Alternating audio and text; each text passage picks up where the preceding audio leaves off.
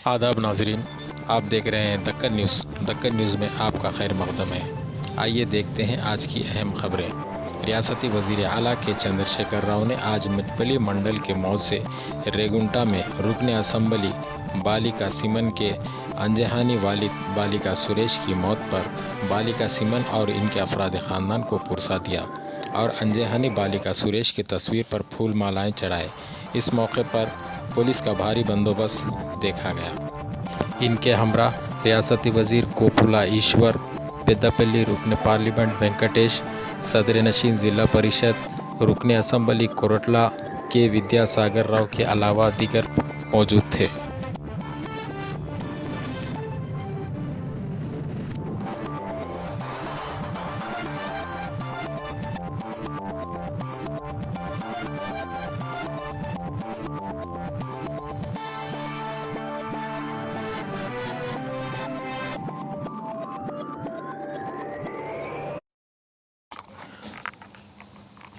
रुकन क़ानून साज काउंसिल के कविता ने आज ज़िले निज़ामाबाद के डिचपल्ली के मेट्राजपल्ली में पंप हाउस के कामों का किया मायना।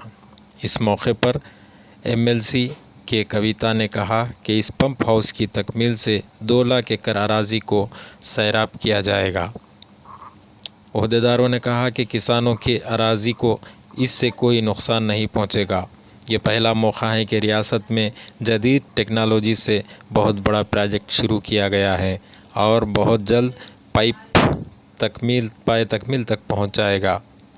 इस मौके पर एमएलसी के कविता, रुकन असम्बली रूलर बाजरेड्डी गोवर्धन के अलावा दीगर कायदीन मौजूद थे।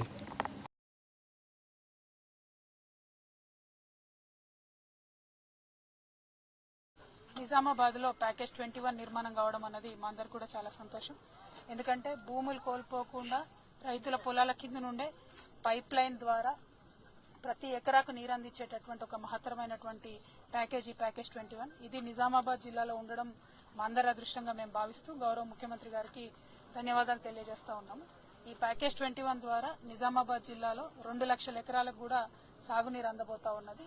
అందులో భాగంగా ఈ సీజన్లో ఒక పైలట్ బేసిస్ మీద 20,000 ఎకరాలకు ముందు సాగునీరు అందించి దానిలో ఏమైనా చిన్న సమస్యలు ఉంటే పరిష్కరించుకొని పెద్ద ఎత్తున ఈ ప్రాజెక్ట్ ఇంప్లిమెంట్ చేయడానికి అన్ని రకాలుగా ప్రణాళికలు సిద్ధమైనాయి. అన్ని డిపార్ట్మెంట్ వైజ్ గా శాసనసభ్యులు, గౌరవనీయులు, అదేవిధంగా మన సర్పంచ్లు, ఎంపీటీసీలు, ప్రజాప్రతినిధులు ఎక్కడికక్కడ మానిటర్ చేస్తూ ఈ ప్రాజెక్టు సజావుగా సాగే విధంగా రైతన్నలకు ఎటువంటి ఇబ్బంది లేకుండా కూడా ప్రయత్నాలు చేస్తా ఉన్నాం. ఎక్కడ చిన్న ఇబ్బందులు ఉన్నా కూడా వారితో కోఆర్డినేట్ చేసుకుని ఆ సమస్యలను తీరుస్తా ఉన్నాం.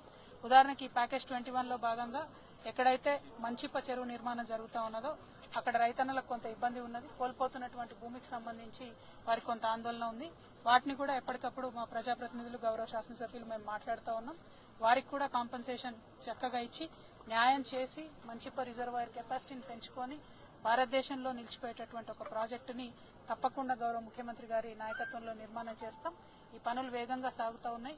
అన్నిటికన్నా మించి మనం ఇక్కడ అర్థం చేసుకోవాల్సింది, ఆలోచించాల్సింది, గౌరవ ముఖ్యమంత్రి గారు ఎప్పుడైతే రైతులు మరి 1000 ఎకరాల భూమి పోతుందని ఆందోళన పడ్డారో ఆ ఆందోళన తొలగిస్తూ 1600 కోట్ల రూపాయల అదనంగా బడ్జెట్ కేటాయించడం అన్నది భారతదేశ చరిత్రలోనే చెప్పుకోదగ్గటువంటి అంశం. సో కేసీఆర్ గారి ప్రభుత్వం, టీఆర్ఎస్ ప్రభుత్వం ఇది రైతు ప్రభుత్వం అని మరొక మారు మీకు తెలియజేస్తూ ఈ ప్రాజెక్టు తప్పకుండా భారతదేశం చరిత్రలో నిలిచిపోతుందని చెప్పి తెలియజేస్తూ మీ అందరు కూడా సెలవు తీసుకున్నాం.